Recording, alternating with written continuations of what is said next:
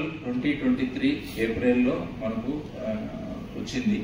So అప్పటి నుంచి కూడా పోలీస్ డిపార్ట్మెంట్లో ఈ సెల్ ఫోన్ని రికవరీ చేసిన తర్వాత విక్టిమ్స్ని ఒక చోట పిలిపించి వాళ్ళకు హ్యాండ్ ఓవర్ చేయడం జరుగుతుంది. సో మన తెలంగాణ పోలీస్ అంటే డీజీ గారు, తర్వాత ఆల్ డిస్ట్రిక్ట్ యూనిట్ ఆఫీసర్స్, అదేవిధంగా మన సిపి సైబరాబాద్ సారు, వీళ్ళందరూ ఏంటంటే పెద్ద ఎత్తున ప్రజలకు మనం ఉన్నాము. సో వాళ్ళ బాధలను మేము షేర్ చేసుకుంటున్నాము, వాళ్ళ విలువైన ప్రాపర్టీని ఇస్తున్నాము.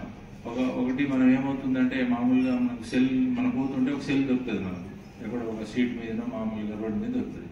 జనరల్గా మనిషి హ్యూమన్ టెండెన్సీ ఏముంటుందంటే తీసి జేబులో పెట్టుకుంటాం, ఎందుకంటే జర కాస్ట్లీ ఉంది నేను వాడుకోవచ్చు అని అనుకుంటాం.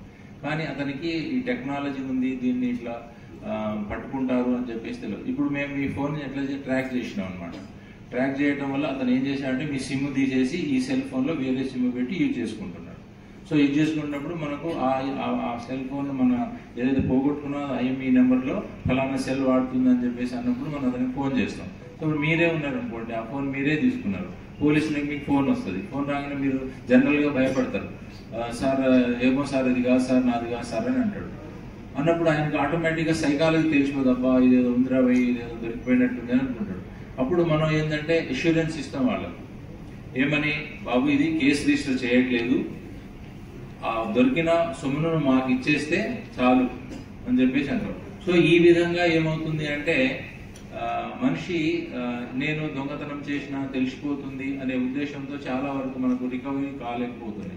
సో వాళ్ళు ఏం చేస్తారు, కొంతమంది షాపులో అమ్మేస్తారు, ఇది నా పర్సనల్ నెంబర్ అని చెప్పి అమ్మేస్తారు, పర్సనల్ నాకు డబ్బులు ఉన్నాయని చాలా చీప్గా అమ్మేస్తారు.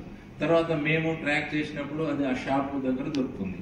అప్పుడు షాప్ దగ్గర దొరికినప్పుడు ఆటోమేటిక్గా వాడు లాస్ అవుతాడు కదా, సార్ నేను డబ్బులు ఇచ్చిన, 4,000 ఇచ్చిన, 5,000 ఇచ్చిన, 10,000 ఇచ్చిన అని చెప్పి అనుకుంటాడు. సో ఇది ఒకటి మనకు ఛాలెంజ్ ఉన్నది సొసైటీలో. అది ఏమవుతుందంటే విక్టిమ్స్ మనకు హ్యాపీగా ఉంటుంది, కాకపోతే మీరు వీడు నా సెల్ ఫోన్ని ఏం చేశాడో, ఎక్కడెక్కడ యూజ్ చేశాడో అని చెప్పేసి మనకు ఒకసారి ఒక వస్తువు పోయిన తర్వాత వాడు ఖరాబ్ చేసినాడని ఒకటి మైండ్లో ఇది ఉంటుంది. కాబట్టి పోయిన తర్వాత ఏం చేయాలనేది ఇప్పుడు ఏసీపీ గారు చెప్పారు.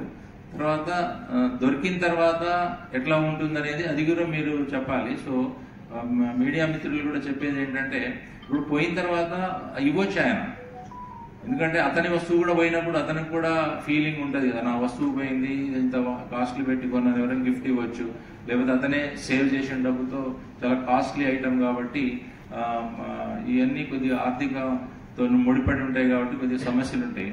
కాబట్టి మీరు ఫోన్లను జాగ్రత్తగా చేసుకోవాలంటే ఈ మామూలుగా రొటీన్గా మేము ఎప్పుడు చెప్తూనే ఉంటాం.